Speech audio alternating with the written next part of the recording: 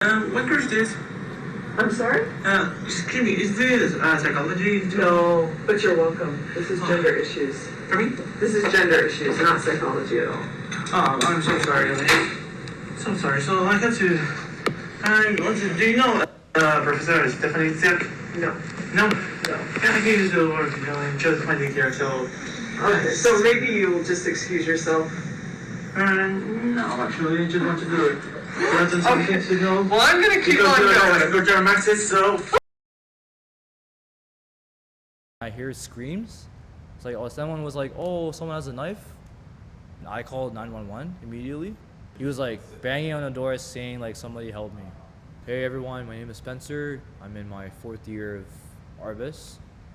Last year in general, I worked for the Arts Computing Office, or ACO. And it was during this time when, I experienced the unanimously declared stabbing. So it happened after lunch, like, I guess 2 p.m. Like 2:05 was when, like shit hit the fan. Everyone was just like running outside. I was in Founders Hall. So just to give a quick perspective, Founders Hall is like this big atrium.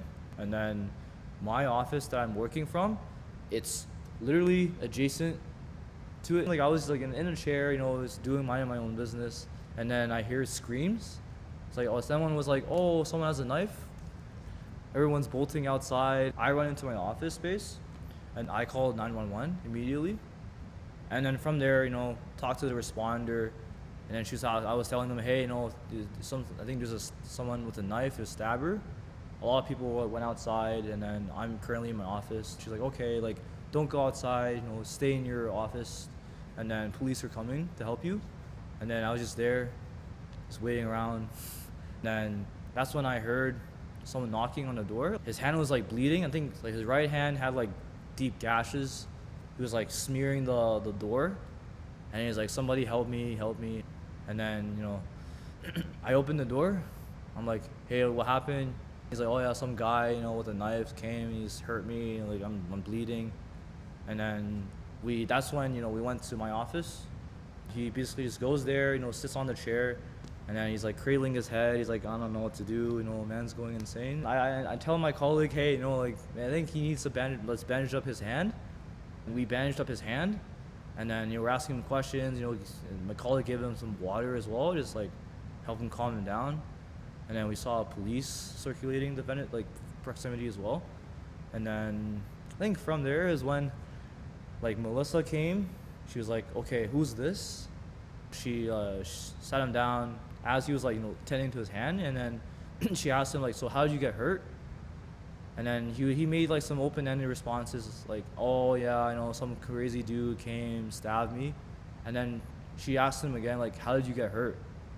And then that's when, she started to ask like, hey, what's your name? His short name was like Gio, because his name is like Giovanni. So he's like, yeah, my name's Gio.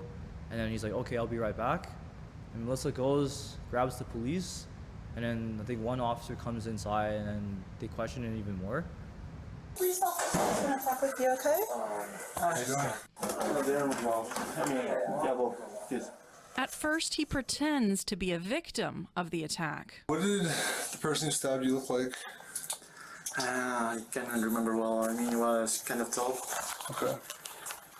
Villalba Alman then says he got hurt trying to stop the attacker. I was fighting back, so when everyone was fighting back at each other, he was going to this.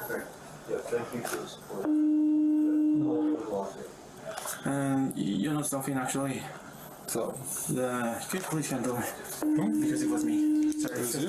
Yeah, but I can do the knife if you want. okay. After this abrupt confession, he's handcuffed immediately and then shows officers where to unzip his backpack to reveal a large kitchen knife inside. And then while this is happening, I'm like sitting in the couch. So like as I'm there, I'm like, I'm getting calls, receiving calls from like, friends, loved ones. And then, yeah, I didn't know that he was a culprit until they put handcuffs on him. They put his body on the counter.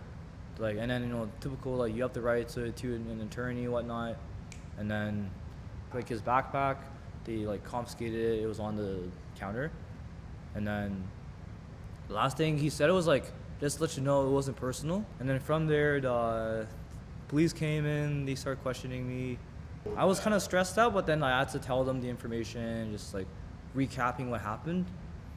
I remember like being in DC at like 5 p.m. still like trying to comprehend what happened.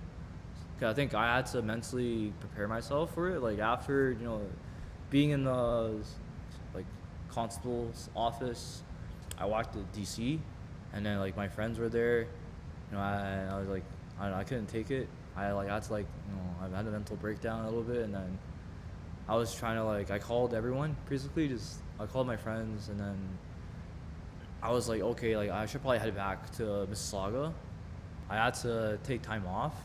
I took like a month off of work. I had a lot of like mental breakdowns throughout because I think we wanted to open up the Hagey Hall help desk, but I just didn't want to be there because I think I felt very uncomfortable.